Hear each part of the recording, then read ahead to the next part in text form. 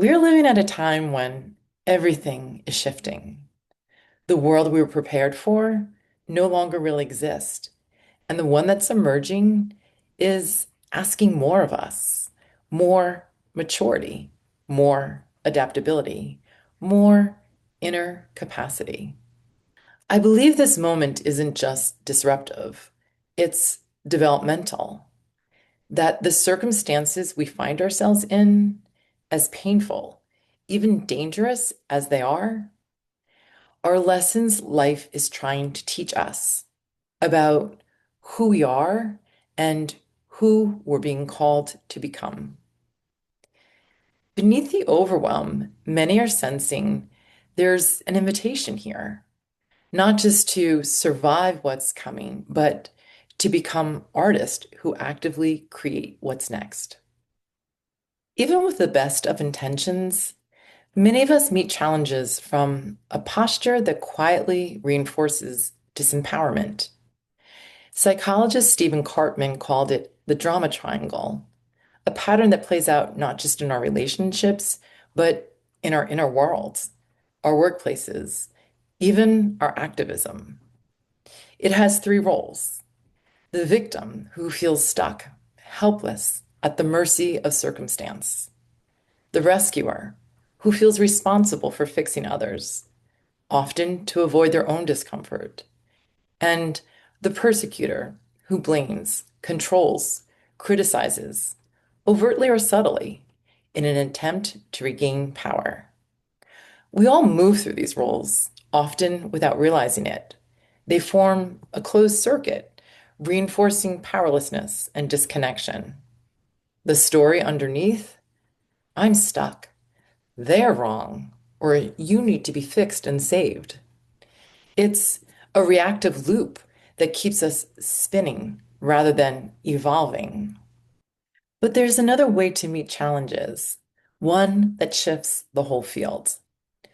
David Emerald's The Empowerment Dynamic, often referred to as TED, offers a powerful reframe, a postural shift from victim to creator, recognizing while we can't control everything, we always have choice. From rescuer to coach, holding space for others to access their own wisdom and find their own way. From persecutor to challenger, no longer lashing out or shutting down, but showing up with brave honesty in service to mutual growth and connection. Here, we are grounded in connection, possibility, and power within. The story shifts to I have agency, and this is a process of learning, and we're in relationship. Whereas the drama triangle loops, the empowerment dynamic unleashes. It opens space for growth, possibilities, and new potentials to emerge. When we contrast these two triangles, we start to see they're not just psychological patterns, they're reflections of deeper stories we carry about reality. On one side, we inherit a worldview of scarcity, separation, and powerlessness. It tells us we're alone, that there's not enough, and there's nothing we can do about it. On the other, a different paradigm beckons, one grounded in connection, abundance, and power within. Here, we don't just think differently, we start to manifest different possibilities into being. And as we do, it's not just the external world that shifts as we live into new paradigms, it's our inner leadership too. In the old story, our inner compass is shaped by a critic, often harsh, rigid, and inherited. In the new story, we begin to listen to something else, that quiet, loving inner guide, a compassionate witness who grows more audible the longer we practice. But that practice, it isn't linear or clean or easy. We don't leap from one worldview into another.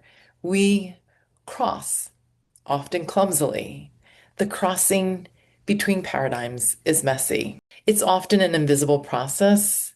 We may look fine on the outside, but inside it feels like we're swinging between worlds, letting go of one vine without having fully grasped onto the next. That's what makes this moment so hard and so holy. We're not just changing what we know, we're changing who we are. And we don't arrive fully resourced. We practice our way across the chasm. This is where the four stages of competence can be a helpful companion. It names the arc most of us move through as we live into embodying something new. Stage one, unconscious incompetence. Here, we're kind of blissfully clueless. We don't know what we don't know. Stage two, conscious incompetence.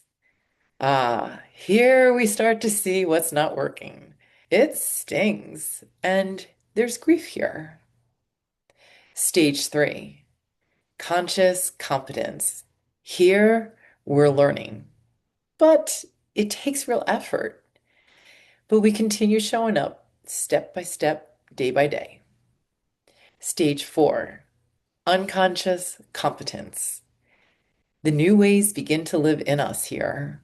It's not perfect, but it's embodied. That stretch zone between conscious incompetence and conscious competence is tender terrain. We're painfully aware of what's not working, and we're reaching for something more graceful, but often we miss. And it's humbling. It's frustrating. It's easy to misinterpret this space as failure. But in truth, this space is where transformation lives. Not instant, but real. And this is where inner leadership matters most. Because the voice we follow inside ourselves in these moments of reach, stumble, try again, that shapes what we become. We can let the inner critic take the reins, or we can learn to follow a different guide. The compassionate witness, the part of us that leads with gentle kindness, the one who remembers growth takes time and tenderness and grace, especially when the road isn't smooth. The one who whispers, keep going. This is the work. This is how we become anti-fragile, not by avoiding challenges, but by practicing new ways of being into existence through the challenge, fed by compassion, not critique. Remember, in this space, in the messy middle, we are not broken. We are just in practice. And what we practice, we become. So I'll close with these questions. Where are you in this arc? What capacities are trying to grow in you right now? And how might you meet yourself with courage and compassion in the middle of this stretch? This moment is asking so much of us, but it's also offering something in return. The chance to participate in the becoming, to step into the work of shaping what's next from the inside out. Because change doesn't just happen out there, it happens here, inside us, in between us. This is how worlds change.